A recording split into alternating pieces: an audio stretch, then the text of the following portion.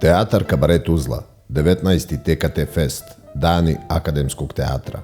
Kada glumac sam na sceni ispuni pozornicu s nekoliko desetina osoba koje prolaze pred očima gledalaca, onda je to teatar. Večeras je pred tuzlanskom publikom glumac Vilim Matula izveo monodramu Minhausen, nastalu u produkciji teatra Exit, a koju rediteljski potpisuje Boris Kovačević.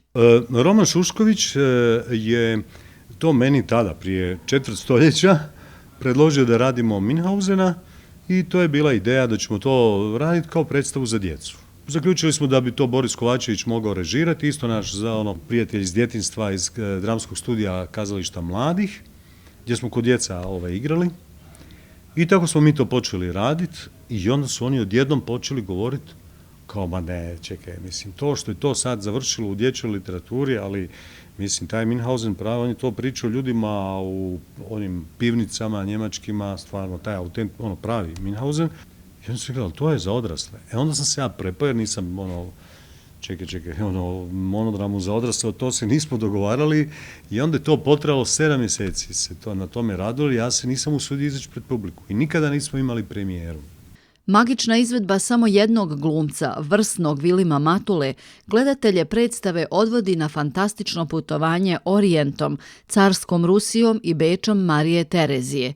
Kroz samo jedno tijelo uspijemo upoznati više od 10 različitih likova. Obilje osobenosti, naglasaka i regija zastupljeno je u tom karakternom vrelu glumca Vilima Matule. Kad osjeti koliko je kugla vruća od ispaljivanja, dobro, to nije dugo potrajalo, u zraku se ohladila, ali vidim da sam izgubio smjer prema onom stogu sjena, letim ravno u turske rovove. A od tamo tuku njihovi topovi.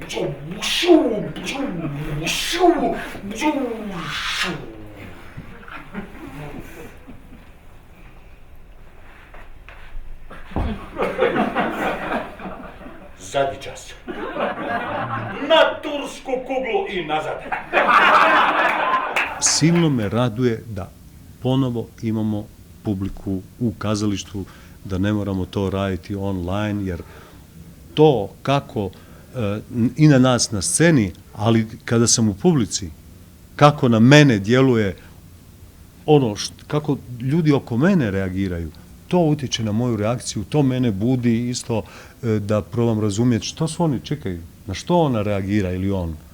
To te inspirira, baš te nosi dodatno na rub da osjećaš koje slike slutiš, mislim po reakcijama, po smijehu, po gustoći reakcije, ti sada slutiš gdje je nešto u gesti, mimici ili u tekstu što je bilo i koje slike ljudi vrte i onda to, koliko god se ja držim vrlo čvrsto strukture, ali način kako ju plasiraš ovisi o toj reakciji, ne? Jednom riječu savršenstvo s obzirom način na koji je govorom i brukama, da kažem, i nogama, govorom tijela uspio prenijeti takvu fantaziju, ona je zaista nevjerojatna. Zaista sam presretna kad vidim kako jedan glumac može i audio i vizuelno da ovlada scenom za koju nema nikakvih rekvizita i sve zapravo samo na glumcu i samo na njegovoj vještini, da svu publiku vodi svojim prostranstvima i kako on to kaže vrlo skromno uradi. Bilo je zaista divno. Večeras smo imali priliku pogledati jednu dječju predstavu za odrasle, nažalost nije bilo djece, ali ne treba, ovo je predstava specifičnog žanra, van svakih žanrova, predstava koja se igra već godinama, jedna od najigranijih monodrama u regionu, bez svjetala, bez scenografije, bez kostimografije, svedena glumačka igra, samo glumac u prvom planu.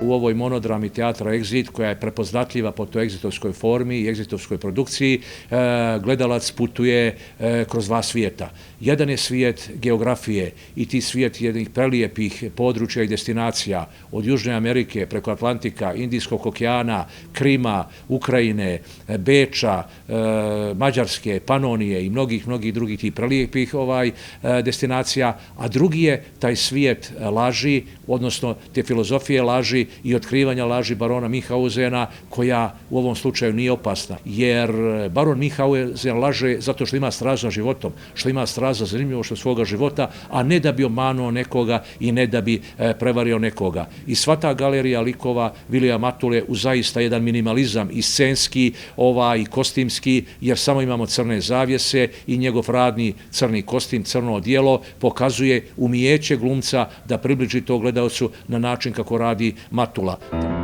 5. dana ovogodišnjeg TKT Festa biće odigrana predstava Lijevo, desno, glumac u izvedbi Zijaha Sokolovića.